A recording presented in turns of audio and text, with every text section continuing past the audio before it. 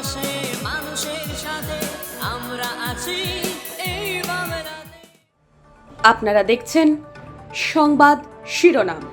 দেখলেন তো অনেক কিছু, এবার দেখুন নতুন কিছু।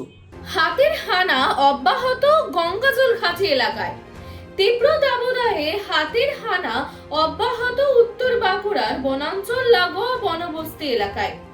গত দুদিন আগে রাতে একটি দাঁতাল হাতি বাঁকুড়া জেলার গঙ্গাজল ঘাটি রেঞ্জের পাপড়াডিহি গ্রামে তাণ্ডব চালায় বলে বন দপ্তর সূত্রে খবর। স্থানীয় সূত্রে জানা যায়, পাপড়াডিহি গ্রামের বাসিন্দা উজ্জ্বল ঘোষের বাড়িতে আচমকা হামলা চালায় বলে অভিযোগ, যার ফলে বাড়ির সামনের অংশ ভেঙে তছনছ হয়ে যায়।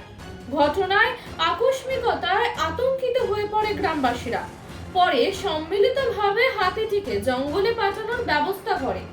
বন দপ্তরের পক্ষ থেকে জানা গেছে, সরকারি নিয়ম অনুযায়ী ক্ষতিপূরণ দেওয়া হবে।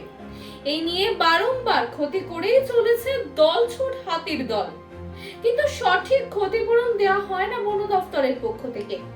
যাতে সঠিক ক্ষতিপূরণ দেওয়া হয় তার আবেদন জানিয়েছে এলাকার মানুষজন। বাড়িতে তো সবাই মধ্যরাত্রি, তখন 12:30 থেকে 1টা নাগাদ। তো বাড়ির ভেতরে ঠাকুমা আর আমার 2 ভাই ছিল। তো ওরা বুঝতে পেরেছিল কিছু একটা আওয়াজ হয়েছে। তো তারা ভেবেছিল হয়তো চোর চুরি করতে এসছে। তো তারা ওই মুমেন্টে ভয় আর বাইরে বের হয়নি। তারপরে সকালবেলা দেখে যে বাড়ির অর্ধেকটা ভেঙে দিয়েছে। ওখানে একটা মোটর বাইক ছিল, সেটাও অর্ধেক ভাঙা গেছে, এবং 4 বস্তা চাল ছিল, কিছু প্লাস্টিক চেয়ার ছিল, সেগুলো সব ক্ষয়ক্ষতি হয়েছে। তারপরে আমাদের বাড়ি থেকে বেরিয়ে অন্য রাস্তা দিয়ে চলে যায়।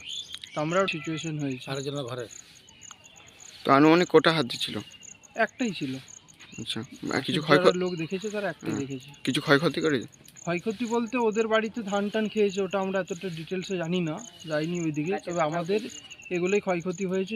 ধান মোটামুটি 4-5 বস্তা ছিল, মোটর বাইকটা গেছে অর্ধেক, তার সাথে কিছু প্লাস্টিক চেয়ার ছিল, আর ওই দেওয়ালের একাংশ এবং বাড়ির অর্ধেকটা প্রায় ভেঙে গেছে। চালটা এখন নেমে গেছে, ওটা যে কোনো টাইমে ওটা ধসে পড়তে পারে। আমরা গরিব মানুষ। আমার কাকু শ্রী উজ্জ্বল ঘোষ, সে একজন শ্রমিক। তো এখন এটার যে ক্ষয়ক্ষতি হয়েছে সেটা যদি সরকার থেকে কিছু দেয় তাহলে আমরা কৃতার্থ হব। আর কি চাইবো আমরা সরকারের কাছ থেকে? ক্ষয়ক্ষতির যদি ন্যায্য আমরা যেটা দাবি সেটাই আমাদের আছে, সেটা পেলেই আমরা অনেকটা কৃতার্থ হব সরকারের কাছ থেকে। মানুষের পাশে মানুষের সাথে আমরা আছি এই বাংলাতে। আপনারা দেখছেন সংবাদ শিরোনাম। দেখলেন তো অনেক কিছু, এবার দেখুন নতুন কিছু।